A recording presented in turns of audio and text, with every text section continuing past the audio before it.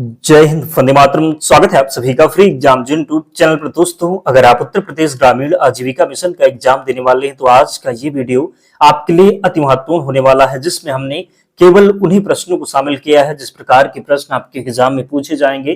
तो आपको सेशन में अंत तक बने रहना है, सभी प्रश्नों को पूरे ध्यान से देखना है, ताकि जब आपके एग्जाम में प्रश्न पूछा जाए तो आप गलत ना करके आए। तो चलिए आज के सेशन को प्रारंभ करते हैं।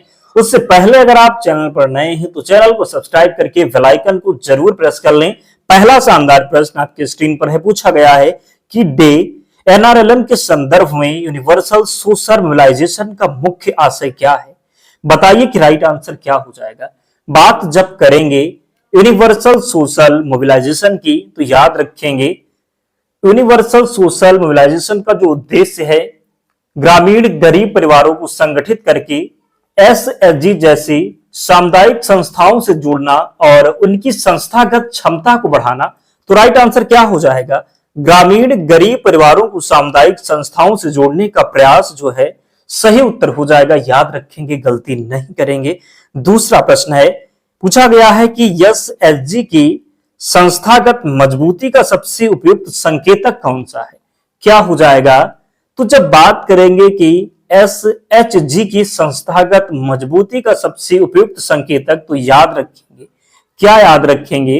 तो मजबूत एसएचजी में नियमित बैठक, बचत, आंतरिक ऋण, समय पर पुनर्भुगतान और पुस्तकों का उचित रखरखाव महत्वपूर्ण संस्थागत संकेतक हैं। तो सही उत्तर क्या हो जाएगा? नियमित बैठक, बचत, आंतरिक ऋण और रिकॉर्ड का व्यवस्थित संचालन इसका राइट आंसर हो जाएगा। आप पूछेंगे कि इसकी पीडीएफ कहां मिलेगी? तो पीडीएफ मिलेगी टेलीग्राम चैनल पर, लिंक डिस्क्रिप्शन बॉक्स में है, या फिर आप टेलीग्राम पर जाएंगे और सर्च करेंगे फ्री एग्जाम जोन, चैनल मिल जाएगा, ज्वाइन हो जाना। वहां पर आपको सारी पीडीएफ प्रोवाइड करवा दी जाएगी और आपके एग्जाम से पहले वन लाइनर माध्यम में हम 1000 प्रश्नों की पीडीएफ टेलीग्राम चैनल पर देने वाले हैं। तो उनका रिवीजन करके ही आपको एग्जाम हॉल में जाना है, उससे बाहर प्रश्न नहीं जाएगा। तो टेलीग्राम चैनल को निश्चित ही ज्वाइन करना है, लिंक डिस्क्रिप्शन बॉक्स में है, या फिर आप जाएंगे टेलीग्राम चैनल पर और सर्च कर लेंगे फ्री एग्जाम जोन, चैनल मिल जाएगा, ज्वाइन हो जाना, काफी फायदा होगा आपका। प्रश्न है कि एसएचजी में पेयर सपोर्ट का अर्थ क्या है? क्या हो जाएगा? तो याद रखेंगे, क्या याद रखेंगे? पेयर सपोर्ट यानी पेयर सपोर्ट में समान समूह समुदाय के सदस्य अपने अनुभव, ज्ञान और समस्याओं के समाधान के माध्यम से एक दूसरे की सहायता करते हैं।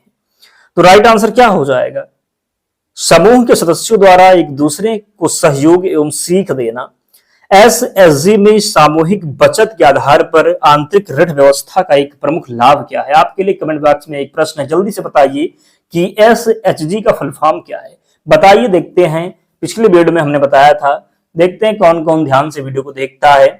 तो बताइए कि एसएचजी में सामूहिक बचत के आधार पर आंतरिक ऋण व्यवस्था का एक प्रमुख लाभ क्या है? क्या हो जाएगा? तो सदस्यों की छोटी वित्तीय जरूरतों को समूह स्तर पर पूरा करने की क्षमता इसका राइट आंसर हो जाएगा। क्या?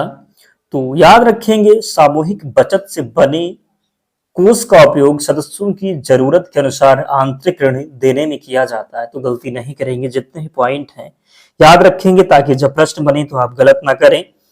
एसएचजी की क्रेडिट डिसिप्लिन का सबसे उपयुक्त अर्थ क्या है? तो सबसे जो उपयुक्त अर्थ हो जाएगा ये होगा ऋण का उचित उपयोग और समय पर पुनर्भुगतान हो जाएगा। व्यू में एसएचजी जीएस के बीच समन्वय का सबसे महत्वपूर्ण परिणाम क्या हो सकता है? तो व्यू विभिन्न एसएचजी को एक मंच पर लाकर साझा समस्याओं, योजनाओं और सामुदायिक मुद्दों पर सामूहिक रूप से कार्य करने में सहायता करता है। तो राइट आंसर हो जाएगा सामूहिक समस्याओं पर साझा कार्रवाई। सीएलएफ स्तर पर सामूहिकता का एक संभावित लाभ क्या है? क्या हो जाएगा? तो बड़े स्तर पर संस्थागत एवं आजीविका संबंधी मुद्दों पर सामूहिक कार्रवाई। इंस्टीट्यूशनल आर्किटेक्चर से क्या आशय है? क्या हो जाएगा? तो याद रखेंगे, सामुदायिक संस्थाओं के विभिन्न स्तरों पर संरचना और आपसी संबंध हो जाएगा। प्रश्न है कि एसएचजी में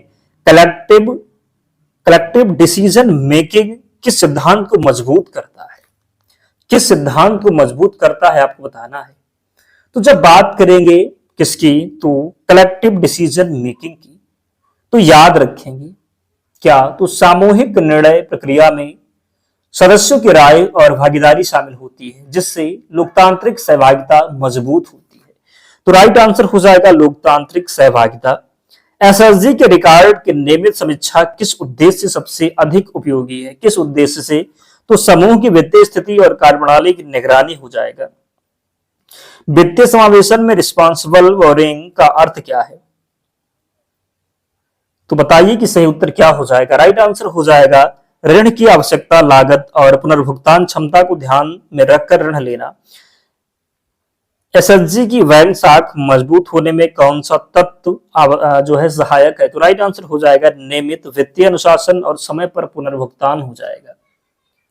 याद रखेंगे समय पर पुनर्भुगतान और सही वित्तीय रिकॉर्ड समूह की साख तथा भविष्य में वित्तीय सेवाओं तक पहुंच मजबूत करने में मदद कर सकते हैं। कुछ प्रश्न ऐसे आपके एग्जाम में आएंगे, आपको दिमाग लगाना होगा, दिमाग लगा करके आप उनका उत्तर सही दे सकते हैं। इसलिए पूरे ध्यान से पूरा कंसंट्रेशन बना करके एक एक प्रश्न को पढ़ना, फिर अपना 4 ऑप्शन पढ़ना। निश्चित ही अगर आप थोड़ा भी दिमाग लगाएंगे तो कुछ प्रश्नों को सही कर देंगे। इसलिए पूरे ध्यान से एक एक प्रश्न को पढ़ना है। अगला है वित्तीय साक्षरता कार्यक्रम में बजटिंग का उद्देश्य क्या है? क्या हो जाएगा? तो इसका जो राइट आंसर होगा आय और खर्च की योजनाबद्ध व्यवस्था करना। अगला प्रश्न है बीमा को वित्तीय समावेशन से जोड़ने का प्रमुख कारण क्या है? क्या हो जाएगा? तो बीमा को वित्तीय समावेशन से जोड़ने का प्रमुख कारण क्या है? तो प्रमुख कारण है जोखिम की स्थिति में वित्तीय सुरक्षा मिल सकती है। क्या होगा? तो जोखिम की स्थिति में वित्तीय सुरक्षा मिल सकती है। बीमा का उद्देश्य निर्धारित जोखिमों से होने वाले आर्थिक नुकसान के विरुद्ध वित्तीय सुरक्षा प्रदान करना है। आजीविका योजना बनाते समय सीजनलिटी को समझना क्यों जरूरी है? आजीविका योजना को बनाते समय सीजनलिटी को समझना क्यों जरूरी है? क्यों जरूरी है? तो मौसम के अनुसार उत्पादन, मांग और आय में होने वाले बदलाव को समझने के लिए इसलिए सेशन को समझना जरूर है। अगला है कृषि में पोस्ट हार्वेस्ट मैनेजमेंट का संबंध किससे है? किससे है? तो कटाई के बाद भंडारण, प्रसंस्करण और विपणन से। प्रश्न है कि लाइवलीहुड प्लानिंग में फैसिबिलिटी का अर्थ क्या है? क्या अर्थ हो जाएगा? तो गतिविधि का व्यवहारिक एवं आर्थिक रूप से संभव होना। गतिविधि का व्यवहारिक एवं आर्थिक रूप से संभव होना। किसी उत्पाद की बाजार क्षमता जानने के लिए सबसे उपयोगी जानकारी कौन सी है? कौन सी हो जाएगी? तो ग्राहक मांग, प्रतिस्पर्धा और कीमत हो जाएगा। किसी उत्पाद की बाजार क्षमता जानने के लिए सबसे उपयोगी जानकारी ग्राहक मांग, प्रतिस्पर्धा और कीमत हो जाएगा। किसी उत्पाद की बाजार क्षमता समझने के लिए ग्राहक की मांग, प्रतिस्पर्धा, उत्पाद और संभावित कीमत महत्वपूर्ण जानकारी है। तो गलती नहीं करेंगे, याद रखेंगे। आप में से बहुत से साथी अभी वीडियो लाइक नहीं किए हैं तो लाइक जरूर करें। हाइप करना है वीडियो को ताकि हमारा भी मोटिवेशन बना रहे, हम आपके लिए तब तक मेहनत कर सकें जब तक आपका एग्जाम नहीं हो जाता है। तो काफी मेहनत लगती है, तो आप लोग भी सपोर्ट जरूर करें क्योंकि हम दोनों मिलकर के आगे बढ़ सकते हैं। तो प्लीज सपोर्ट करें, निश्चित ही वीडियो लाइक करें, प्यारा सा कमेंट करके बताएं कि आपको सेशन कैसा लगता है। वैल्यू चेन में उत्पादक के बाद सामान्यतः कौन सी गतिविधियां आ सकती हैं? कौन सी गतिविधियां? तो संग्रहण, प्रसंस्करण, परिवहन और विपणन हो जाएगा। वैल्यू चेन में उत्पाद के उत्पादन से लेकर अंतिम उपभोक्ता तक पहुंचने की विभिन्न गतिविधियां शामिल होती हैं। प्रोड्यूसर ग्रुप के लिए सामूहिक ब्रांडिंग का संभावित लाभ क्या है? क्या हो जाएगा? तो उत्पाद की पहचान और बाजार में प्रस्तुति मजबूत होना। ग्रामीण उद्यम के लिए वर्किंग कैपिटल किससे संबंधित है? ये संबंधित है दैनिक व्यवसाय संचालन के लिए आवश्यक धन हो जाएगा। किसी उद्यम में लागत और बिक्री के मूल्य के अंतर को समझना किस लिए महत्वपूर्ण है? तो ये क्यों महत्वपूर्ण है? लाभप्रदता का आकलन करने के लिए। अगला है मार्केट लिंकेज में मध्यस्थों की भूमिका को समझना क्यों जरूरी है? क्यों जरूरी है? तो बाजार की क्या हो जाएगा? तो इसका जो राइट आंसर होगा, इससे बाजार की पूरी श्रृंखला और मूल्य निर्धारण को समझने में मदद मिलती है। तो गलती नहीं करना है, जरूर याद रखना है। क्या? तो मध्यस्थों की भूमिका क्या हो जाएगा? तो मध्यस्थों की जो भूमिका है, मध्यस्थों की भूमिका समझने से उत्पाद के उत्पादन से उपभोक्ता तक पहुंचने की पूरी वैल्यू चेन और कीमत बनने की प्रक्रिया समझी जा सकती है। तो इससे बाजार की पूरी श्रृंखला और मूल्य निर्धारण की समझने में मदद मिलती है। तो मार्केट लिंकेज में मध्यस्थों की भूमिका को समझना क्यों जरूरी है? तो इससे बाजार की पूरी श्रृंखला और मूल्य निर्धारण को समझने में मदद मिलती है। सामूहिक विपणन में बार्गेनिंग पावर बढ़ने का अर्थ क्या है? क्या हो जाएगा? तो कीमत और शर्तों पर बेहतर बातचीत करने की क्षमता। आजीविका गतिविधि में रिस्क असेसमेंट का उद्देश्य क्या है? क्या हो जाएगा? तो संभावित जोखिमों की पहचान और उनसे निपटने की योजना बनाना। सोशल इंक्लूजन में लेफ्ट आउट फैमिलीज को जोड़ने का उद्देश्य क्या है? क्या हो जाएगा? तो छूटे हुए गरीब परिवारों को संस्थागत एवं विकास प्रक्रिया से जोड़ना। प्रश्न है कि अत्यंत गरीब परिवारों को आजीविका के अवसरों से जोड़ने में कौन सा दृष्टिकोण अधिक उपयुक्त है? तो ये हो जाएगा उनकी स्थिति और क्षमता के अनुसार चरणबद्ध सहयोग। सामाजिक सशक्तिकरण में एक्सेस टू इंफॉर्मेशन क्यों महत्वपूर्ण है? क्यों महत्वपूर्ण है? तो राइट आंसर इसका क्या हो जाएगा? सही जानकारी से लोग योजनाओं और अधिकारों के बारे में बेहतर निर्णय ले सकते हैं। जेंडर सेंसिटिव लाइवलीहुड प्लानिंग का उद्देश्य क्या है? क्या हो जाएगा? तो जेंडर सेंसिटिव प्लानिंग में महिलाओं की वास्तविक परिस्थितियों, समय, संसाधनों और सामाजिक बाधाओं को ध्यान में रखा जाता है। तो राइट आंसर हो जाएगा महिलाओं की आर्थिक भागीदारी में आने वाली बाधाओं को ध्यान में रखना। कम्युनिटी कैडर की प्रभावशीलता बढ़ाने के लिए क्या आवश्यक है? तो क्या आवश्यक है? प्रशिक्षण होना चाहिए, स्पष्ट भूमिका और निरंतर सहयोग भी होना चाहिए। कम्युनिटी कैडर को प्रभावी बनाने के लिए उचित प्रशिक्षण होना चाहिए, जिम्मेदारी की स्पष्टता हो, नियमित मार्गदर्शन जरूरी है। तो याद रखेंगे। अगला है सीआरपी के माध्यम से लर्निंग बाय डूइंग का क्या लाभ है? तो लर्निंग बाय डूइंग का जो लाभ हो जाएगा, व्यवहारिक अनुभव से सीखने की संभावना बढ़ती है। कैपेसिटी बिल्डिंग में रिफ्रेशर ट्रेनिंग क्यों उपयोगी है? क्यों उपयोगी है? तो याद रखेंगे ज्ञान और कौशल को दोहराने एवं अद्यतन करने के लिए। अगला है पार्टिसिपेटरी मॉनिटरिंग का प्रमुख लाभ क्या है? तो क्या हो जाएगा?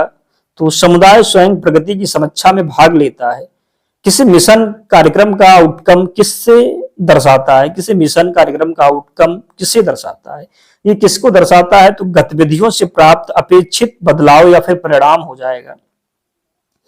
आउटपुट और आउटकम में मुख्य अंतर क्या है? आउटपुट और आउटकम में मुख्य अंतर पूछा गया है। तो क्या हो जाएगा?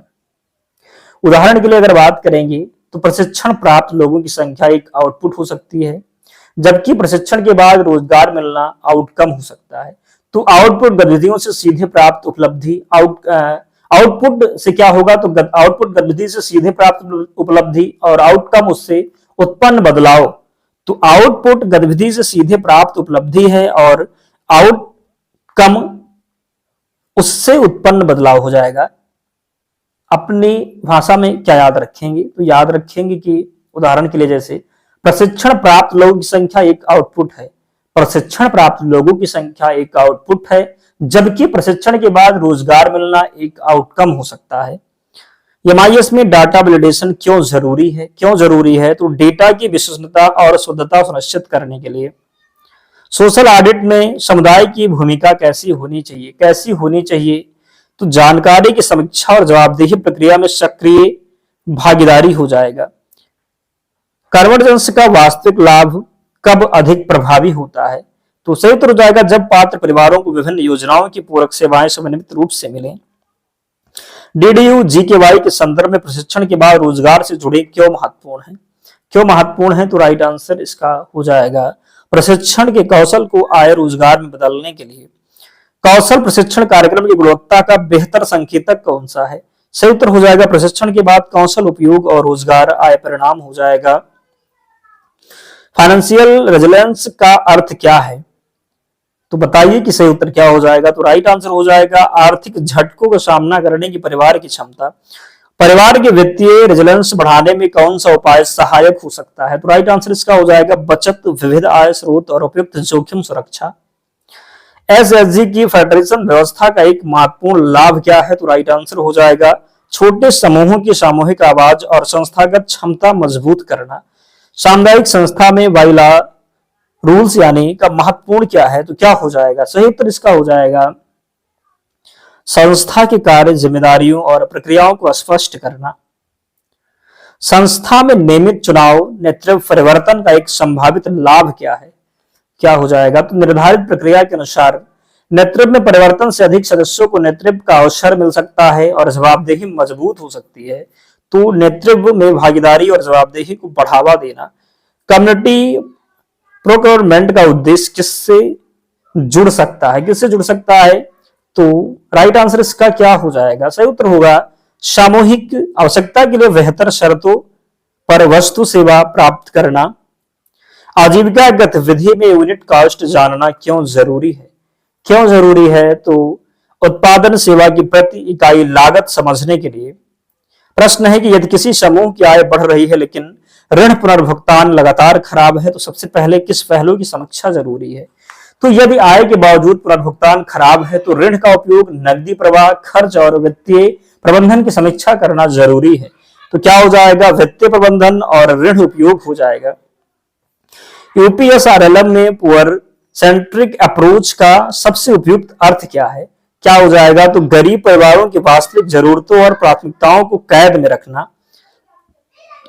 यूपीएसआरएलएम की दीर्घकालीन सफलता के लिए निम्न में से कौन सा संयोजन सबसे उपयुक्त है?